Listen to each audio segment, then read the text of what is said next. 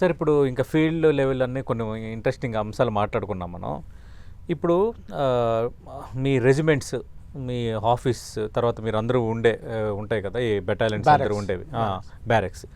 ఈ బ్యారెక్స్లో ఎట్లా ఉంటుంది సార్? అంటే బ్యారెక్స్లో చాలా కఠినమైన సెక్షన్ ఉంటుంది అని ఇట్లాగా అంటుంటారు. అసలు మార్నింగ్ ఏ టైంకి లెగవాలి, ఎట్లా ఉంటాయి ఆపరేషన్స్? అంటే ఇప్పుడు హైదరాబాద్ లాంటి పీ స్టేషన్ తీసుకుందాం, రెవెల్లీ అంటారు మార్నింగ్. అప్పుడు ఆ టైంలో యూనిట్లో సెంటర్లో ఒక బీగుల్ మోయిస్తారండి.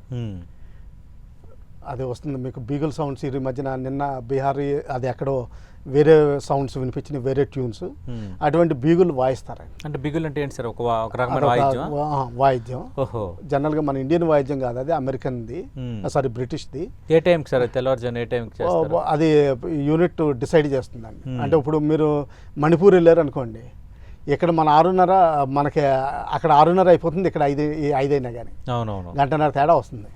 సో అక్కడ సూర్యోదయం బట్టి డిసైడ్ చేస్తారండి. దానికి యూనిట్ పార్ట్ 1 ఆర్డర్స్ అంటే వేరే డ్రిల్స్ ఉంటాయండి. పార్ట్ 1 ఆర్డర్స్ అంటారు, ఇదంతా పబ్లిష్ అవుద్దండి. ఆ బ్యూగుల్ టైము రెవెల్లీ టైం అంటారు. ఆ టైంలో లేచిన తర్వాత వీళ్ళు మొత్తం అన్ని తీసుకుని పీటీకి జనరల్గా ఫిజికల్ ఫిట్నెస్ ఎష్యూరెన్స్ ఉంటుంది డైలీ. ఏ టైంకి అది అటెండ్ అవ్వాలి సార్? అదే టైం ఏరియాని బట్టి ఉంటుంది చెప్పాను కదా. అది ఎంతసేపు ఉంటుంది సార్? అది జనరల్గా 40 minutes మినిమం ఉంటుంది. అంటే అంటే డిపెండింగ్ అపాన్ ఫీల్డ్ ఏరియాలో అయితే తక్కువ టైం ఉంటుంది. పీస్ ఏరియాలో అయితే 1 hour 1.5 hour కూడా ఉండొచ్చు. ఓకే. తర్వాత మంత్లీ ఇక్కడ పీస్ ఏరియాలో అయితే బ్యాటిల్ ఫిజికల్ ఎఫిషియన్సీ టెస్ట్ అని మంత్లీ ఒకటి ఉంటుంది. ఇక్కడ అంటే లోడ్ తీసుకుని పరిగెత్తాల్సి ఉంటుంది 5 kilometers. తర్వాత అటువంటి 4 టెస్టులు ఉంటాయి. అలాగే ఫిజికల్ ప్రొఫిషియన్సీ టెస్ట్ అని ఉంటుంది. అంటే మామూలు యూనిఫామ్ అది వెపన్స్ లేకుండా నార్మల్ పీటీ డ్రెస్లు. ఈ మధ్య ట్రాక్ సూట్స్ అలవాటు అయినాయి అండి అందరికీ. ఆ ట్రాక్ సూట్లోనే మన బాడీ టెస్టింగ్ అవుతుందండి, జంప్ చేయడం ఇవన్నీ. ఓకే. అంటే ఇంకా ఎలాంటి టెస్టులు జరుగుతాయి సార్ మీ బ్యారెక్స్లో?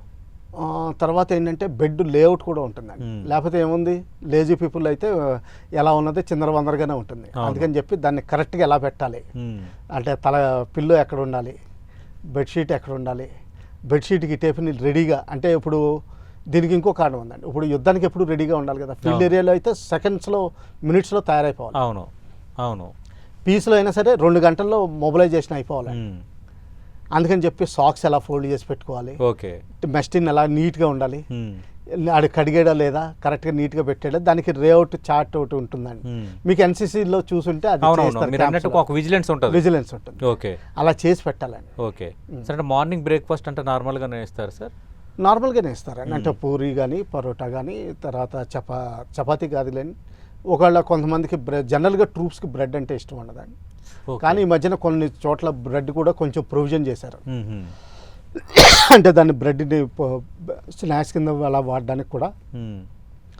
ఒక్కోసారి ఏంటంటే ఇప్పుడు పెట్రోలింగ్కి వెళ్తున్నప్పుడు చపాతీలు ఇవన్నీ తీసుకుని వెళ్ళడం, దానిలో కూడా కొన్ని కారణాలు స్మెల్ వస్తుంది. ఇప్పుడు పరోటాలు అనుకోండి, మీరు పచ్చడి తింటుంటే దూరంగా టెర్రరిస్టులు పట్టుకోగలుగుతారు స్మెల్. అందుకని చెప్పి స్మెల్ అనేవి ఉండాలి. అందుకని చెప్పి బ్రెడ్ జామ్ అయితే జనరల్గా స్మెల్ తక్కువ ఉంటుంది. అటువంటివి కూడా అంటే ప్రతిదానికి ఇంత చాలా ప్రతిదీ అంటే ఆలోచించి చేసే విధానం అండి. గవర్నమెంట్ ప్రతిదీ జవాన్కి ఇంత స్కేల్ అని ఉంటుందండి. అంటే రేషన్స్ ఎలాగ ఇవ్వాలని అందులోనే మనం యూనిట్లో అడ్జస్ట్ చేసుకుంటే చేస్తాం. ఒకవేళ స్పెషల్గా గ్లేషియర్ ఇటువంటి చోట్ల వాళ్ళు అడ్జస్ట్ చేస్తారు, వాళ్ళే స్కేల్ మారుస్తారు.